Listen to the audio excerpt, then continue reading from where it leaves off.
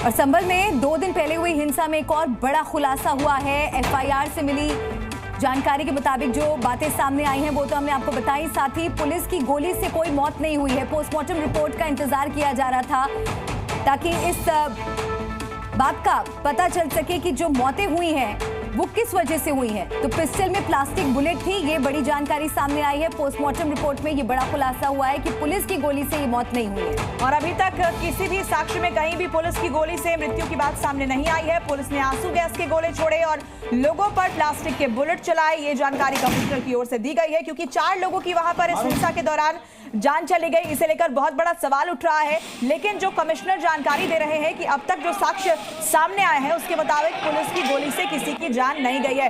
मौत के कारण क्या रहे हैं इसे लेकर अभी जांच चल रही है, लेकिन पोस्टमार्टम रिपोर्ट के मुताबिक पुलिस की गोली से किसी की जान नहीं गई है। पुलिस ने आंसू गैस के गोले दागे थे। जी मीडिया संवाददाता राजू राज और राहुल मिश्रा हमारे साथ बने हुए हैं। राहुल, ये बड़ी जानकारी सामने आई है, पोस्टमार्टम रिपोर्ट से बड़ा खुलासा हुआ है और ऐसे समय में हुआ है जब पुलिस की कार्रवाई सवालों के घेरे में है। विपक्ष लगातार पुलिस की कार्रवाई पर सवाल उठा रहा था। देखिए, मैं इसमें एक क्लियर कर दूं, कल से ही पुलिस कह रही है, जब से पुलिस ने प्रेस कॉन्फ्रेंस 2 बार प्रेस कॉन्फ्रेंस किया, दोनों बार पुलिस ने एक बात सीधे तौर पे कही कि यहाँ पर गोली किसी भी तरीके से पुलिस की गोली से यहाँ पर मौत नहीं हुई है। कल भी ये रिकॉर्ड पे बोला था ये बातें, और यहाँ सीधे तौर पे क्योंकि कई सवाल उठ रहे थे, कई वीडियो जो सरफेस कर रहे थे जिसमें कि खास तौर पे बातें कही जा रही थी कि गोलियां चलाई गई हैं पुलिस की तरफ से। पुलिस ने यह भी बात साफ सीधे तौर पर कर दी थी कि ये पैलेट गन्स हैं, पैलेट गन्स हैं, रबर बुलेट्स यहाँ पर फायर किए गए हैं, पैलेट गन्स का इस्तेमाल किया गया है, पंप गन जो होते हैं। यहाँ पर किसी भी तरीके का कोई भी लेथल वेपन को यूज़ नहीं किया गया था, और यही कारण है कि जो रिपोर्ट भी आई है उसमें भी, रिपोर्ट में भी क्लियर हो चुका है कि पुलिस के हथियारों से किसी भी तरीके का या किसी भी तरीके का जो पुलिस का जो हथियार था उससे इस्तेमाल नहीं किया गया। इसका थोड़ा सा एक बारीकी से मैं जानूंगा, क्योंकि राजू से आप कवर करते ही हैं। आप एक चीज़ ये बताइए कि पुलिस ये बात कह रही है सीधे तौर पे, या पोस्टमार्टम रिपोर्ट भी आ गई है जिसमें कि साफ तौर पे कहा गया कि ये पुलिस की गोली से नहीं लगी है। डिफ्रेंशिएट कैसे होता है यदि हथियारों का यदि डिफ्रेंशिएट किया जाए? बिल्कुल राहुल, बता देना, जहाँ भी इस तरह की जब मॉब पहुँचती है और दंगा होता है और पुलिस को उस मॉब को कंट्रोल करने के लिए जब फायरिंग करनी होती है तो रबर बुलेट का इस्तेमाल करते हैं, जिससे मकसद ये होता है कि जो भी मकसद ये होता है कि जो दंगाई है उसको वहां पर कंट्रोल किया जाए, मारने की नियत से नहीं किया जाता है। हमने दिल्ली दंगों में भी देखा है, तमाम ऐसे जगह पर जहां पर हिंसक भीड़ इकट्ठा हुई और पुलिस पर हमला करने की कोशिश की, उस दौरान ये होता है।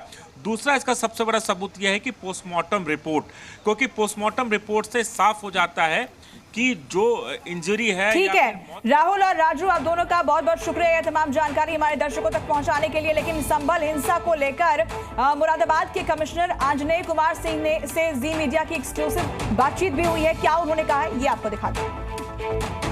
देखिए, दुर्भाग्यपूर्ण था, संभल में हिंसा हुई, उसकी कोई कहीं से दूर दूर तक कोई कारण नहीं था। अनायासी लोगों को इकट्ठा किया गया, गलत तरीके से उनको भड़काकर, और उसमें से ज्यादातर यंग एज के बच्चे थे, मुंह पे रुमाल बांध के मुंह को ढक के आए थे वहां पर, और नारेबाजी करके मस्जिद के ऊपर पथराव किया, इसलिए कि वहां पे टीम थी। वहां पे ऐसी परिस्थिति उत्पन्न हुई कि उसमें फायरिंग भी हुई। फायरिंग कहाँ से हुई, कैसे हुई, अभी पड़ताल होनी है, मजिस्ट्रियल जांच के आदेश दे दिए गए हैं। लेकिन अनफॉर्चुनेटली उसमें मौतें भी हुई, उसमें लोग घायल भी हुए, हमारे अधिकारी भी घायल हुए।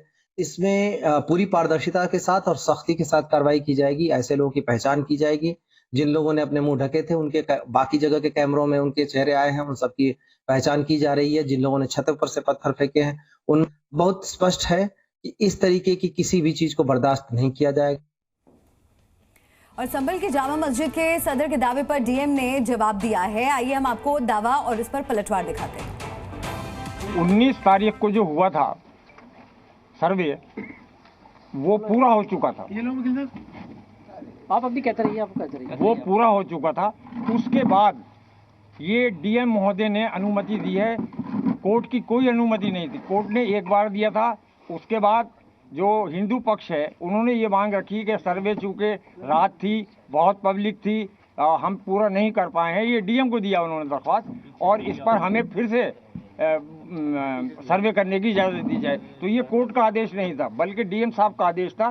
23 तारीख को, जैसे जफर साहब ने बोला हमें सूचना नहीं दी, 23 तारीख को 6:15 पे मेरे द्वारा फ़ोन किया गया, लेकिन उन्होंने कहा मेरा स्वास्थ्य सही नहीं है, इसलिए हमने एसडीएम और सीओ को भेजा कि आप एक कॉपी उनको रिसीव कराइए। इससे पहले एडवोकेट कमिश्नर हमारे पास आए और उन्होंने हमें कहा कि मैं जाना चाहता हूं, तो हमने कहा पहले आप कॉपी रिसीव कराइए। तो उन्होंने कहा कि जो कॉपी है वो आप अपने माध्यम से रिसीव करा दीजिए। तो हमने अपने माध्यम से रिसीव करा करके सूचना दी। तो जो पहली बात जो भ्रामक रूप से कह रहे थे हमें सूचना नहीं दी, और इसी के साथ दूसरी बात भी थी, उन्होंने कहा कि दूसरी बार जो ऑर्डर था वो डीएम के आदेश से हुआ, जबकि स्पष्ट रूप से एडवोकेट कमिश्नर साहब का ये तीसरा आदेश था। तो संभल हिंसा को लेकर लगातार जांच भी की जा रही है। दोनों ही पक्षों की तरफ से दावे भी बहुत हो रहे हैं, लेकिन ये जानना और समझना जरूरी है कि संभल हिंसा में आखिर कौन कौन से हथियार इस्तेमाल किए गए थे। तो संभल में जो हिंसा हुई, जो हथियारों का इस्तेमाल हुआ, तो हथियार नंबर 1 आपको दिखा रहे हैं। दोधारी चाकू का इस्तेमाल हुआ इस हिंसा के दौरान। देसी पिस्तौल का भी इस्तेमाल किया गया, साथ ही देसी बंदूक भी इस हिंसा में शामिल थी। और हथियार नंबर 4 ईंटें और पत्थरों का इस्तेमाल किया गया था, साथ ही पेट्रोल और डीजल का भी इस्तेमाल किया गया था। जी न्यूज़।